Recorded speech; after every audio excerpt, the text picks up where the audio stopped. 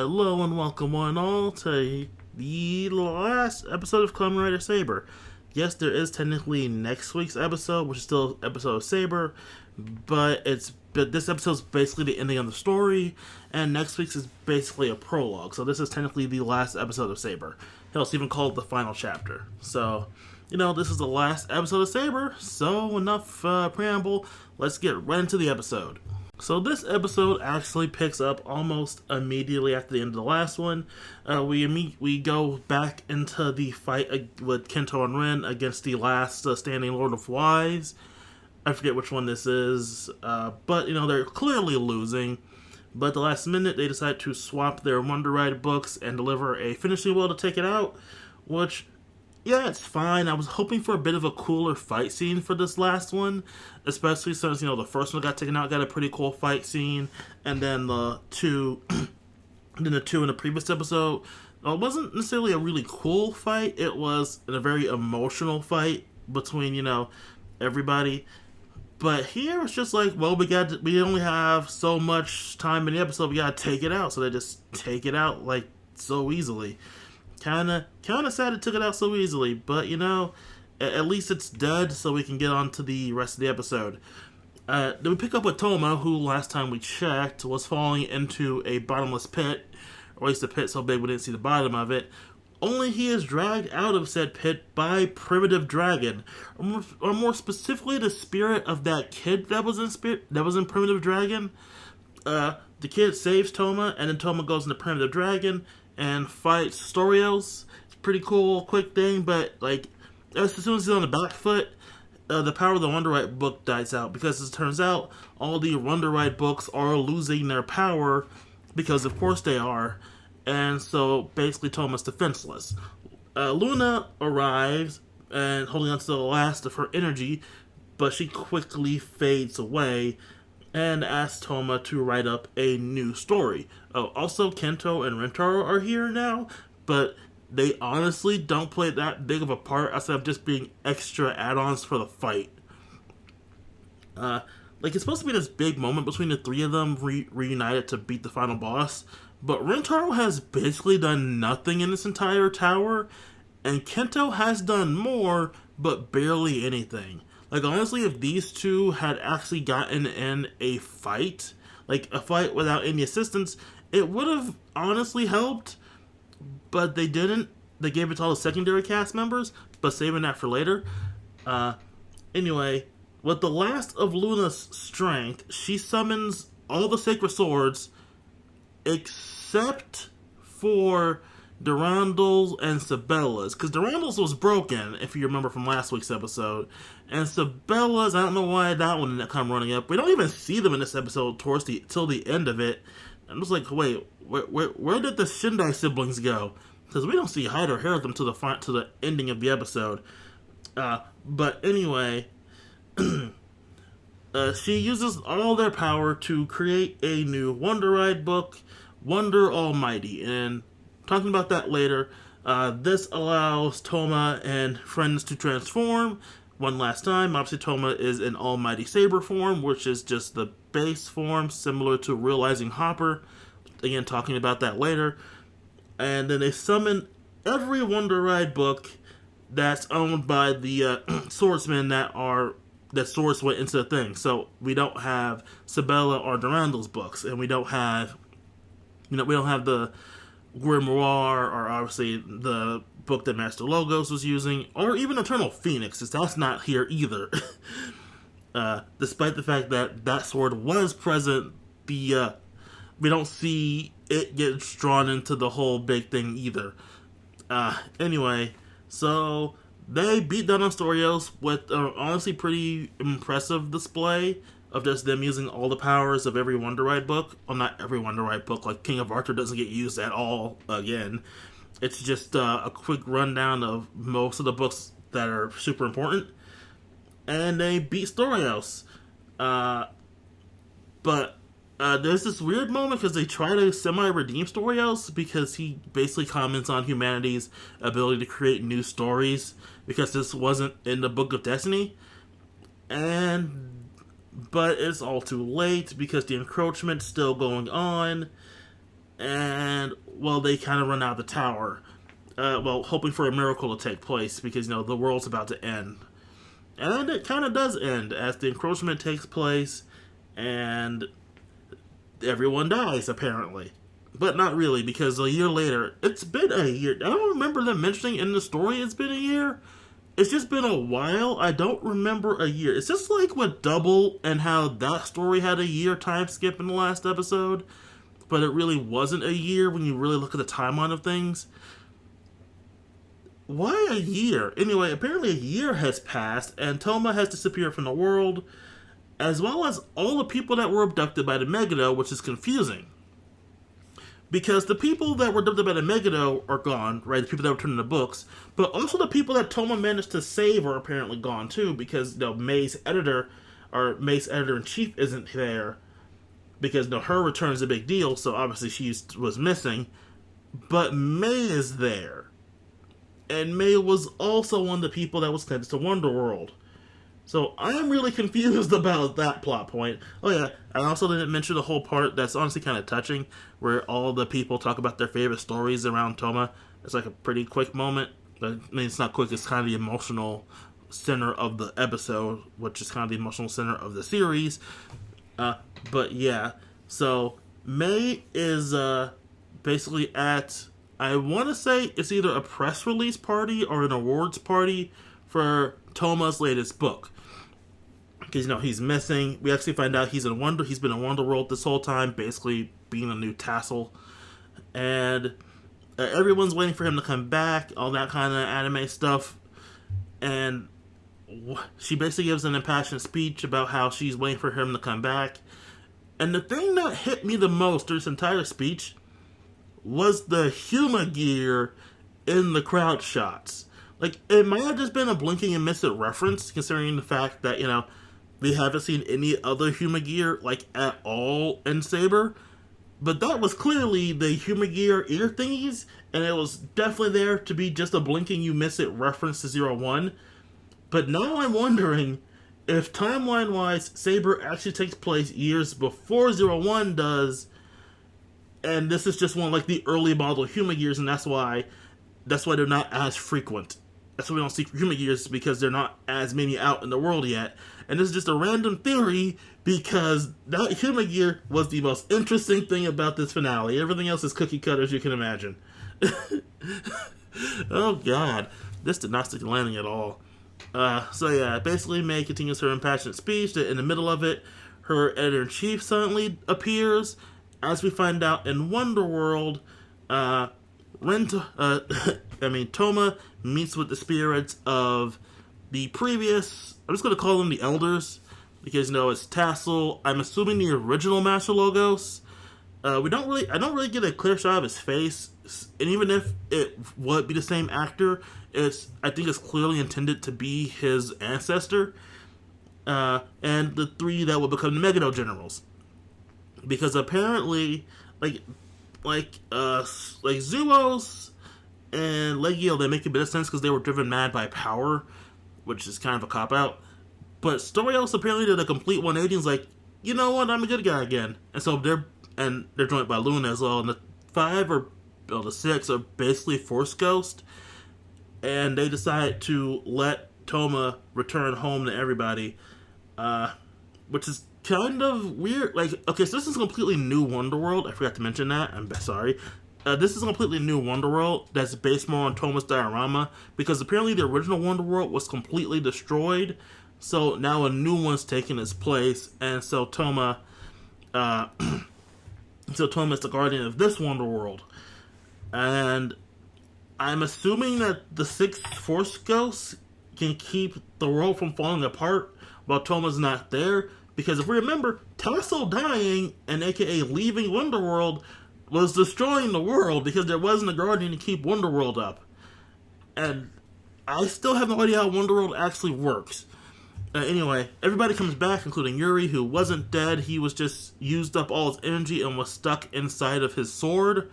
And so, with Toma back and Wonderworld back and established connections or whatever, everyone comes back. Everyone runs to the field where Toma and Kento and Luna played when they were kids. And Toma comes back to everybody. Episode ends, happy ending. Okay, I have a lot about this finale. Alright, so this is probably one of the messier finales I can think of. Like, a lot of people say Zero One's finale felt kind of messy. Ultimately, I came away really liking that one, especially because we already knew we were getting an epilogue movie with the Realize movie. I mean, with the Real X Time movie.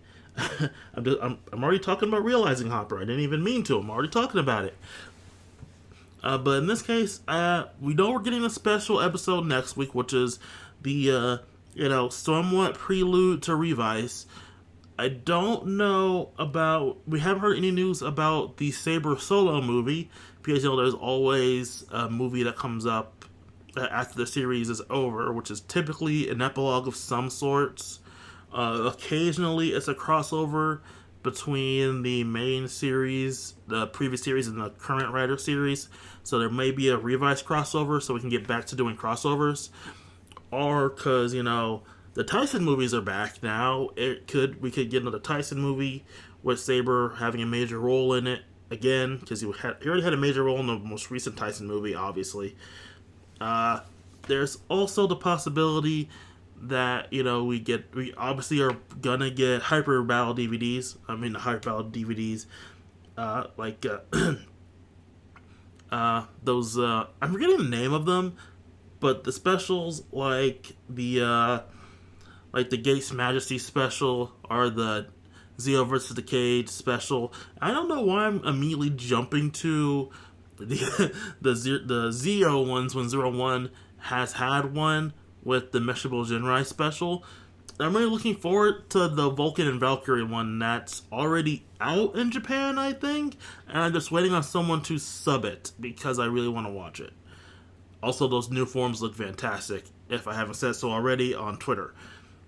Anyway, I'll talk about Almighty Saber in just a second. Again, there I go. Realizing Hopper just comes out of my mouth. But I really want to talk about the overall finale. Like, honestly, everything was going fine. The ending, while kind of cheesy, was fine. The whole bit with Toma and the the screens and the dark void and people talking about their favorite stories, that was honestly a little touching. But then they had to push it just a little bit more with the whole 1 year later ending. It's like, okay, so I get that all the people who were connected to Wonderworld disappeared. At first, we're led because, May's editor-in-chief. At first, I think that at first they only wanted it to be the people who were actually abducted by the Megiddo. The people who were turning the books. But then they realized the audience hadn't met any of those characters, and all we had were the people that were their failed attempts that Toma managed to save. So,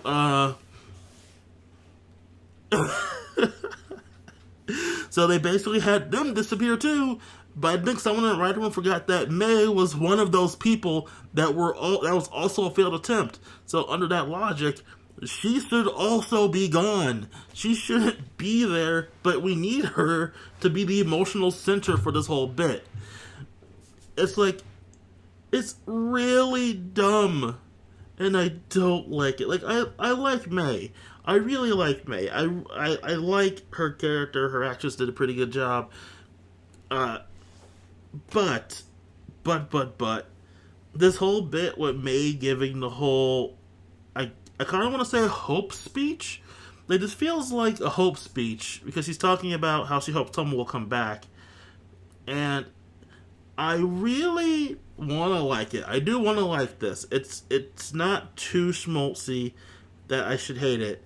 But I also can't like it because it feels like it's a really annoying, tacked on bit to the end.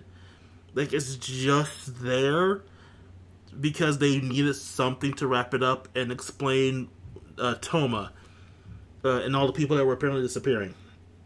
I kind of would have liked the series to end on a bit of this note, similar to Gaim, of just, all of our powers don't work anymore. We hope our friends are okay and that they're going to come back. We might not see them ever again because of other reasons. But, it feels like this was at some point meant to be an ending similar to Gaim, but then they had to run it back to be a happier ending.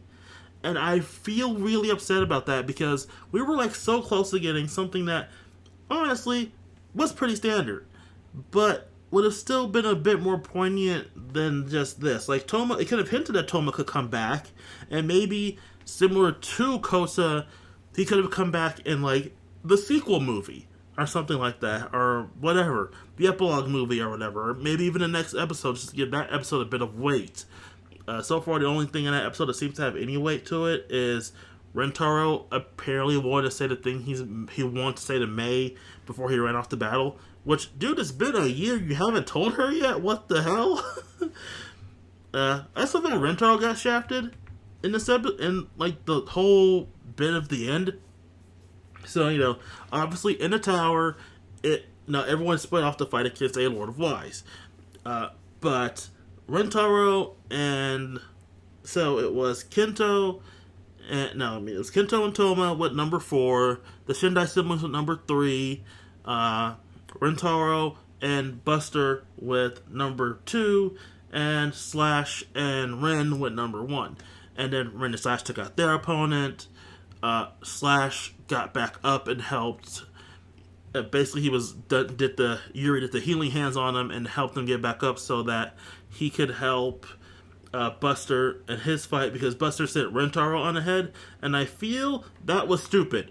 Rentaro should have been there to help take out his opponent, because even Kento took out his opponent, even if it felt pretty cheap how they did it. Even he took out his opponent. Rentaro just got shafted out of taking out his opponent just to make sure he could run to the final fight with Toma. I'm still thinking about Ren running in the background of everyone's fights. Like, can't help, gotta run to the final boss. It felt like they just cheapened out Rentaro, and I really hate that because Rentaro is probably my favorite member of the Saber cast. Like, not my favorite suit. My favorite suit is probably Caliber, and Caliber's power up form. I forget the name of it. Caliber probably has the best suit in the series. Sabella has a pretty cool suit too. Like that's probably his second favorite suit. But you know, Rentaro didn't get to do much. He just ran. He just started a fight and then ran to the ending. That was it. It feels like they shafted my boy. They shafted him hard. So yeah, I'm already coming up with flaws. Okay, let's talk about Almighty Saber. So I'm assuming this is going to be a trend now that in the finale, the writer's going to get a new form, which is really just his base form, just the stats improved. The thing I do like about Almighty Saber is the fact that it apparently has the power of every Wonder Ride book. Because Cross Saber has the power of all the swords, not the books, just the swords. And so with Almighty Saber, he has the power of both all the swords and all the books. So if he somehow gets the Cross Saber back and then combines that with the Almighty Almighty Saber Wonder Ride book, then he can have the power of all the swords and all the Wonder Ride books. Which that would be a pretty cool premise for the movie form. If we do, well, okay, we're probably going to get a movie sometime later this year or early next year. Depends on if their production schedule's back on track, because, you know, the whole virus, which forced Real X Time to air as a summer movie. Dude, that was a confusing time period. Anyway, I honestly wouldn't mind that. Like, Almighty Saber combined with the Cross Saber and having the power of both all the swords and all the books, that would be pretty cool. But it is showing a trend where the writer at the ending will get a new form that is also named after the intro song, which honestly I think is pretty cool. I like it when the series reference the intro song. Like, I liked it that Zio's movie was called Over Quartzer, like the intro song, because I like the intro song. Writer has really good intro music. Oh, that means that at some point, Revice is going to get a song or get a form or a movie that's called. Okay, we gotta look up what Revice's theme is. The intro song is, but it's Live Devil. So at some point, somewhere in the series, Revice is going to get a form called Live Devil, and I'm just gonna be here for that shit. It's gonna probably just be the base Revice form, but I don't care. I just want to see how they're gonna wrap that into a thing. Anyway, like, it depends on how they work it, if it can be good or not. Like, realizing Hopper, yeah, that felt kind of like a little bit of an ass pull, for as much as I kind of like its thing. Almighty Saber, I kind of give it a bit more leeway, considering it has the power of all the books. Although it was created by all the swords, similar to Cross Saber, so I don't know how it has the power of all the books. It would have made more sense if all the Wonder Ride books were combining into one thing to form this new book. But yeah. Also, nobody's dead, so I was right. They were building up the drama of having everyone almost die, similar to Build, but then bringing them back at the last minute, also like Build, but without the whole universal merge. Oh god! For those of you who don't know, you don't want to know why this went oh god. But yeah. I'm probably gonna give final thoughts on Saber in next week's episode after we're done with the episode rundown. This is going on pretty long, and I pretty much only thing I could keep doing was complaining about the ending. I've said the good things. I want to say good things, and the good things are Almighty Saber, kind of dumb, but I like the base concept. And I like the fight with Storios. That's basically it. Everything after the moment where Toma in the Void, kind of dumb. Kind of doesn't make any sense. We don't know how Wonderworld exactly works, and that's going to be, and that was a problem throughout this entire finale. So, yeah. Final thoughts on this episode. This was a lackluster finish to what was honestly a really good build-up. So, yeah. Again, I'm probably going to give full thoughts on Saber as a series in next week's episode, because we have the episode that's the special chapter, so I'm probably just going to do a story run over and just get that quickly done so we can get into the overall thoughts, because, after the episode premieres, the week after that will be Revice, and hopefully Revice will be better. That's all I can hope. That is literally all I can hope. So, until next time, everybody.